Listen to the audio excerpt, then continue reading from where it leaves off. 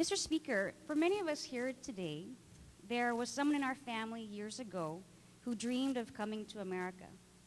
They took a chance, boarded a boat, and left their homeland in hopes of a better life for their family. When my grandfather was just a kid in the Philippines, he had 2 postcards with pictures on them in his room. One was of the Statue of Liberty, and one was of people in busy downtown New York. To him, the Statue of Liberty represented freedom and prosperity. And the other photo of the people, well, he said he liked that photo because everyone in it had their own pair of shoes on. You see, my grandfather was very poor in the Philippines.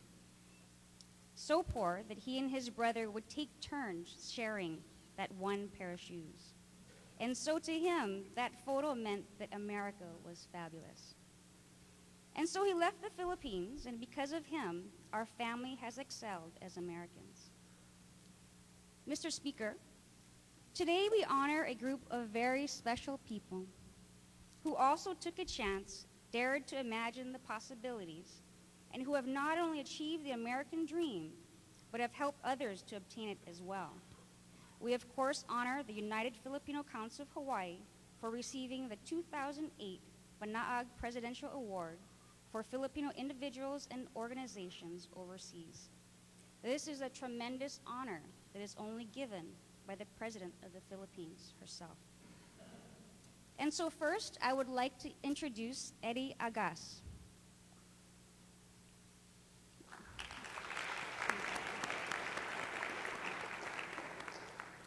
Mr. Agas is the current president of the United Filipino Council of Hawaii. He first dreamt of coming to America as a teenager when he would daydream in the fields where he and his 11 brothers and sisters raised produce in Ilocos Norte. He arrived when he was only 18 years old.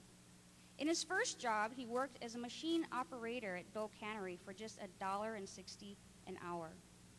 This was far from the American dream that he had hoped for. But he knew that as long as he persevered in America, he would make it. In less than 9 years of coming to America, he owned his own businesses in California and Hawaii.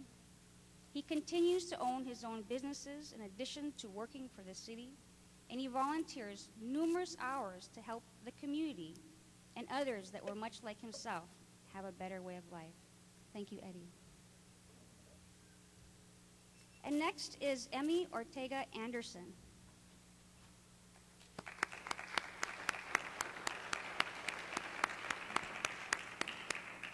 She is the past Mrs. Hawaii Filipina, and she today is representing Dolly Ortal, who is the current auditor and former treasurer and member of the Board of Governors of UFCH.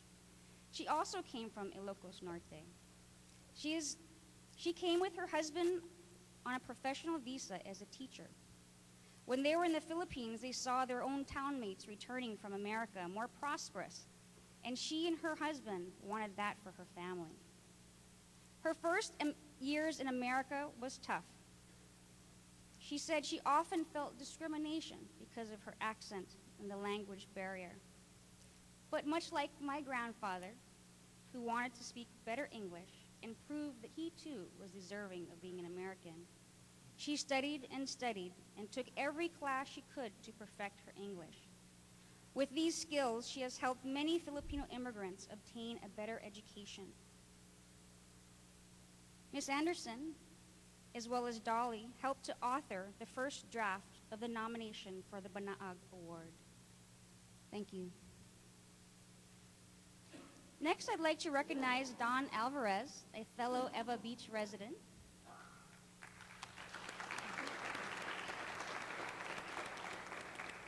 He has served several terms as the president of the UFCH. He arrived in Hawaii in 1963 as a young man and joined the U.S. Navy and served in Vietnam.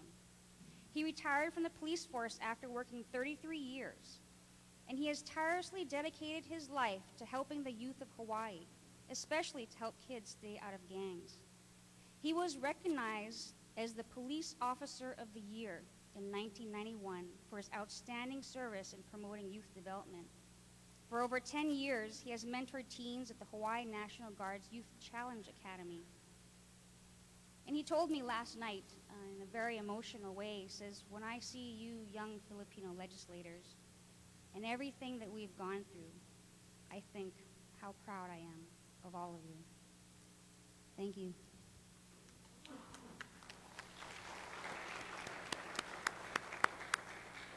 And of course, I'd like to recognize Brian Andaya. Please stand.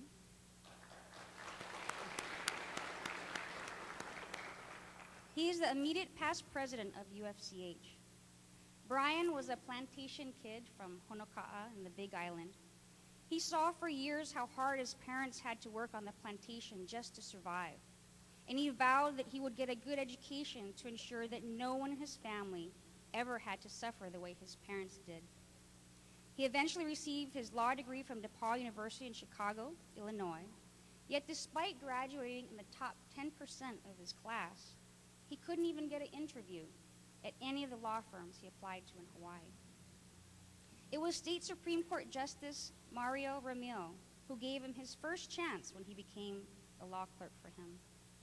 And later, Eddie Flores, who's in the gallery today, owner of L&L Franchise, also gave him a chance as his lawyer.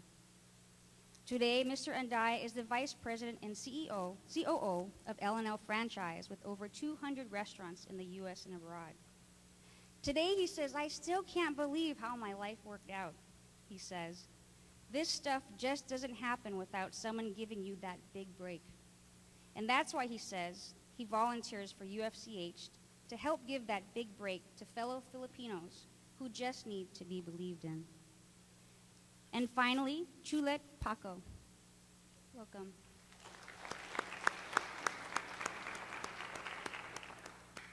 She served as UFCH treasurer for a total of 12 years.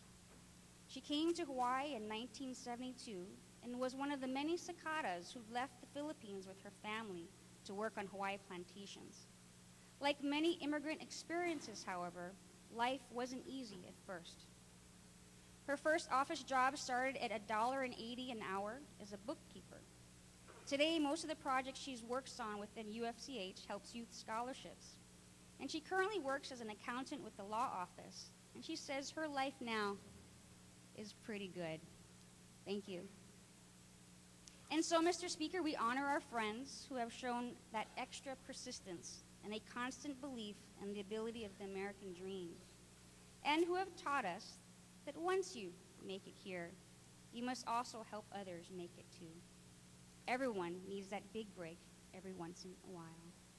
At this time, Mr. Speaker, I would like to turn over the rest of the introductions to the representative of Waipahu and Eva. Thank you.